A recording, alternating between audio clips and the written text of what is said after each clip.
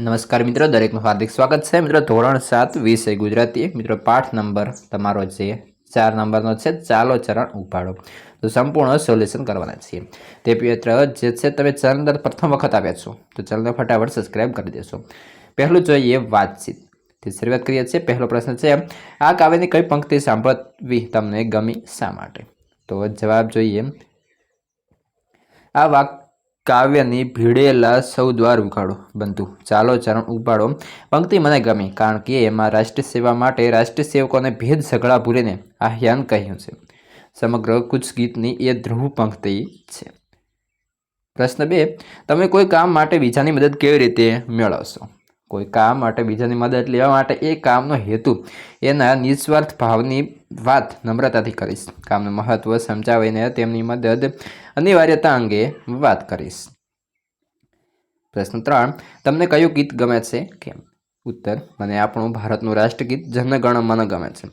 સમગ્ર રાષ્ટ્રનું ગૌરવ તેમજ એકતામાં એકતાનો રાષ્ટ્રમંત્ર એમાં પ્રગટ થયેલો છે. પ્રશ્ન 4 છે, એકલા થઈ શકે અને સમૂહમાં થઈ શકે એવા કયા કયા કામ છે? તો એકલા થઈ શકે એવા કામ તો કે નાહવું, સૂવું, વાંચવું વગેરે. સમૂહમાં થઈ શકે એવા કામ તો રમતો રમવી, શાળામાં અભ્યાસ કરવો, વિવિધ સ્પર્ધાઓ કરવી વગેરે. અમુક કામો છોડીને લગભગ ઘણા બધા કામ સમૂહમાં કરી શકાય છે. સમૂહમાં એટલે કે બધાની સાથે મળીને કરવાથી કામ સફળ થવાની શક્યતાઓ વધી જાય છે. પ્રશ્ન 5, તમે કોઈ ધ્યેય સિદ્ધ કરવા માટે શું શું કરશો? તો ધ્યેય સિદ્ધ કરવા માટે આપણી ઈચ્છા શક્તિને પ્રબળ બનાવવી જોઈએ અને ધ્યેય પ્રાપ્તિની દિશામાં સખત મહેનત કરવી જોઈએ. એ માટે પ્રબળ ઈચ્છા શક્તિ અને તે દિશામાં સતત પુરુષાર્થ કરીને ધ્યેયની સિદ્ધિ માટે તન મન ધન અર્પણ કરીશું. પ્રશ્ન 6, તમે કોઈ પ્રતિજ્ઞા લીધી છે, ક્યારે? હા, મેં મારા દાદાજીની પ્રેરણાથી શેરી સ્વચ્છતાની, પાણી બચાવવાની અને પશુ સેવાની પ્રતિજ્ઞા અને એમના જન્મદિને લીધી છે. આ પ્રતિજ્ઞાને પૂર્ણ કરવા હું સતત એ અંગેના કાર્યોમાં પણ કરું છું. નોંધ, વિદ્યાર્થીએ પોતાની રીતે પણ ઉત્તર આપી શકે છે. પ્રશ્ન 2 છે, શબ્દ અને તેનો અર્થ વાંચો. અર્થના આધારે વિકલ્પમાં આપેલા વાક્યમાંથી જે સાચા હોય તેની આગળ સાચાની નિશાની કરો. વેગ ને ઝડપ, તો ઢાળ સાયકલ પર સડસડાટ સરકે, એનો વેગ રોકવા બ્રેક લગાવવી પડે. ત્યારબાદ બીજો છે, ચિત્તો પૃથ્વી પરનું સૌથી વધુ વેગથી દોડતું પ્રાણી છે. અને ત્રીજો છે, સ્કૂટર ચાલુ કર્યા પછી વેગ વધારવા એક્સિલેટર આપવું પડે. તો આપણો આ સાચું બનશે.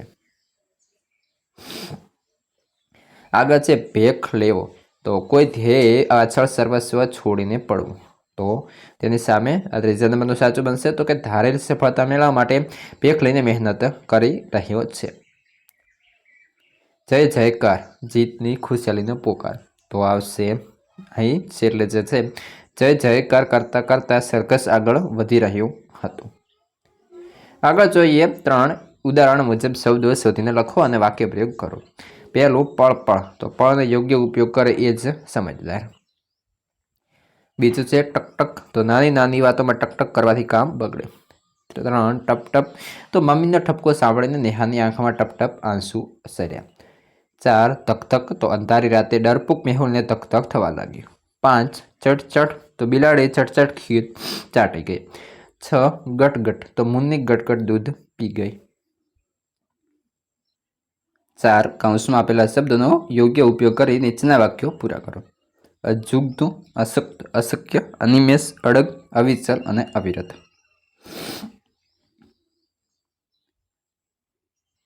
તો પહેલું છે, સફળતા મેળવવા, તો અવિરત મથવું જોઈએ.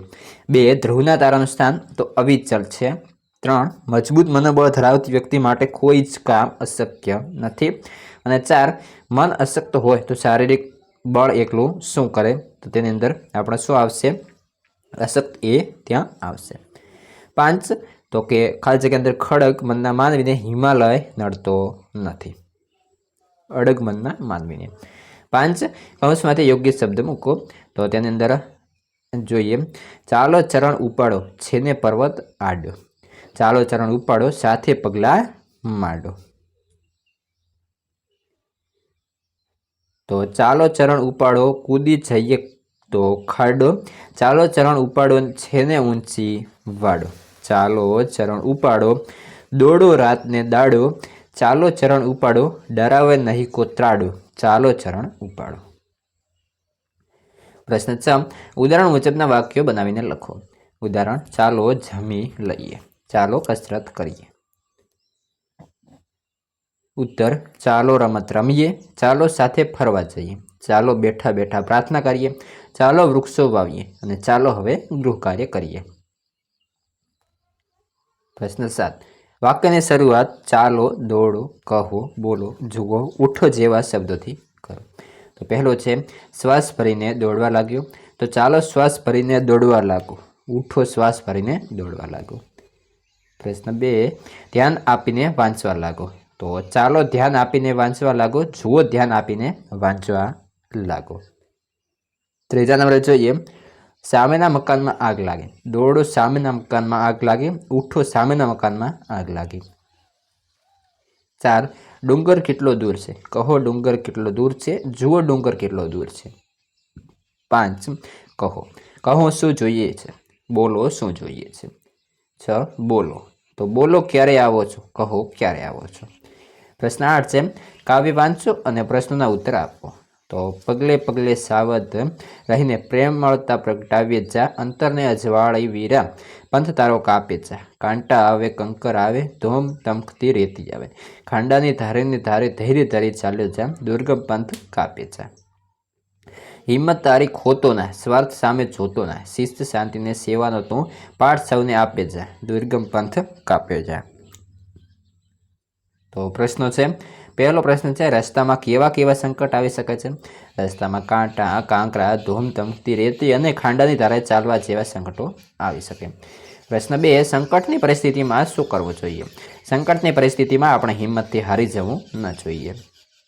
પ્રશ્ન 3 છે મુશ્કેલ માર્ગે કાપનારે શી કાળજી રાખવી જોઈએ. મુશ્કેલ માર્ગ કાપનારે સ્વાર્થની ભાવના ન રાખવી જોઈએ, તેણે શિસ્ત શાંતિ તેમજ સેવાનો માર્ગે ચાલવું જોઈએ. પ્રશ્ન 4 પંથ તારો કાપે જા દ્વારા શું સંદેશ આપ્યો છે. પંથ તારો કાપે જા કવિતા દ્વારા કવિએ દરેક પગલે સાવધ રહીને પ્રેમાર્થ પ્રગટાવવાનો, અંતરને અજવાળાનો, કાંટા કાંકરા, ધોમ ધમકતી રેતી અને ખાંડાની ધારે ધૈર્ય ધરીને ચાલવાની હિંમત ન હારવાનો, સ્વાર્થ સામે ન જોવાનો, શિસ્ત શાંતિ અને સેવાનો પાઠ સૌને આપવાનો સંદેશ આપ્યો છે. પ્રશ્ન 9 છે 5 અક્ષરવાળા જોડાક્ષર ધરાવતા શબ્દની યાદી તૈયાર કરો અને તેનું ઉચ્ચારણ કરો. નોંધ તો કે સૂચના આમ હોવી જોઈએ: જોડાક્ષર ધરાવતા 5 વર્ણવાળા શબ્દની યાદી તૈયાર કરો. તો હિમાચ્છાદિત, સાંસ્કૃતિક, મહત્વપૂર્ણ, યજ્ઞવલ્ક્ય, રાજ્યભાષિક, હર્ષવર્ધન, વિશ્વવિખ્યાત, વ્યક્તિ કેન્દ્રી, ઉચ્ચ પ્રદેશ અને પાઠ્યપુસ્તક. તો ઉપરની યાદીમાંથી કોઈ પણ 5 શબ્દોનો ઉપયોગ કરી કે જે છે ફરી લખવાના છે. તો હિમાચ્છાદિત પ્રદેશમાં ભારે હિમવર્ષા થઈ. શાળાના સાંસ્કૃતિક કાર્યક્રમમાં તમને આમંત્રણ છે અને આખો પ્રસંગ આમ તો વ્યક્તિ કેન્દ્રિત જ રહ્યો. મારા મિત્ર હર્ષવર્ધન વ્યાકરણ શાસ્ત્રી છે. ગામના મહત્વપૂર્ણ કાર્યોને પ્રથમ પસંદગી આપવામાં આવી. પ્રશ્ન 11 કૌંસમાં આપેલા શબ્દમાંથી યોગ્ય પસંદ કરીને પ્રશ્ન વાક્ય બનાવો. પહેલો છે શાળામાંથી જાન્યુઆરી મહિનામાં પ્રવાસે જઈશું. ક્યારે, કેમ, કેવા. તો શાળામાંથી ક્યારે પ્રવાસે જઈશું. બીજો પ્રશ્ન છે મમ્મીના જન્મદિવસે દીકરીએ ભેટ આપી. ઉત્તર મમ્મીના જન્મદિવસે કોણે ભેટ આપી. પ્રશ્ન 3 અરવલ્લી ગુજરાત રાજ્યનો જિલ્લો છે. તો અરવલ્લી કયા રાજ્યનો જિલ્લો છે. પ્રશ્ન 4 પપ્પા પ્રવાસમાંથી મારા માટે રમકડું લાવ્યા. તો ઉત્તર છે પપ્પા પ્રવાસમાંથી મારા માટે શું લાવ્યા. પ્રશ્ન 5 ચિંટુ અને મીનુ વિદેશ ફરવા ગયા. ચિંટુ અને મીનુ ક્યાં ફરવા ગયા. પ્રશ્ન 12 આપેલી પંક્તિનો ભાવાર્થ ગુજરાતીની અંદર લખો. તો रुक जाना नहीं तो कहीं हार के कांटों पे चल कर मिलेगा साए बहार के. તો ઉત્તર છે તમને હાર માનીને ક્યાંય રોકાશો નહીં. મુશ્કેલીઓનો સામનો કરવાથી જ તમને સફળતા મળશે. તમે હાર માનીને થંભી જશો નહીં. કાંટા ઉપર ચાલતા ચાલતા જ વસંત મળશે. બીજું છે એક રાસ્તા है जिंदगी जो थम गए तो कुछ नहीं, ये कदम किसी मुकाम पे जो जम गए तो कुछ नहीं. ઉત્તર જીવન એક પથ છે, જો થોભી ગયા તો કશું નથી. જીવન એક અંત વગરનો રસ્તો છે, જો તમે અટકી ગયા તો કંઈ મેળવશો નહીં. આ કદમ જો કોઈ મુકામે અટકી ગયા તો કશું નથી. આ ચરણ જો કોઈ સ્થળે અટકી ગઈ તમે કંઈ પ્રાપ્ત કરી શકશો નહીં. પ્રશ્ન 13 નીચેના પ્રશ્નના ઉત્તર આપો. પહેલો પ્રશ્ન છે કવિ કેવી રીતે ચાલવાનું કહે છે, કેમ. તો કવિ નેક થઈને વાયુ વગે રંગ રાગ છોડીને ભેખ લઈને હિમાલયની જેમ અવિચલ ટેકે લઈને ચાલવાનું કહ્યું છે. કારણ કે રાષ્ટ્રના લોકોએ ભેદ ભૂલીને એક થઈને રાષ્ટ્ર માટે સજ્જન થવાનું છે. પ્રશ્ન 2 માત્ર ઊભા રહેવાથી અને ચાલતા રહેવાથી જીવનમાં કેવો ફેર પડશે. સૌ ઊભા રહ્યા, ચરણ થંભી ગયા. ગતિ અટકી ગઈ તો જીવત એ મોત જ છે, પણ ચાલતા રહ્યા, ચરણ વણ થંભ્યા, ગતિશીલ રહ્યા તો જીવન ધન્ય થશે, જીવનનો જય જયકાર થશે. પ્રશ્ન 3. આ વાક્ય દ્વારા શું સંદેશ મળે છે? આ વાક્ય એક શૌર્ય ગીત છે ને એમાં રાષ્ટ્ર માટે સજ્જ થવા લોકોને હાકલ કરવામાં આવે છે. પડકારો ઝીલવાનું તેમાં આહ્વાન છે. ગીત દ્વારા સ્પષ્ટ સંદેશ છે કે રાષ્ટ્ર માટે તન મન કે ધનથી જ્યાં ત્યાંનું જે રીતે સમર્પણ કરવું પડે તે રીતે કરીને આપણા નિર્ધારને હિમાચલની જેમ અડગ રહીને સિદ્ધ કરવો.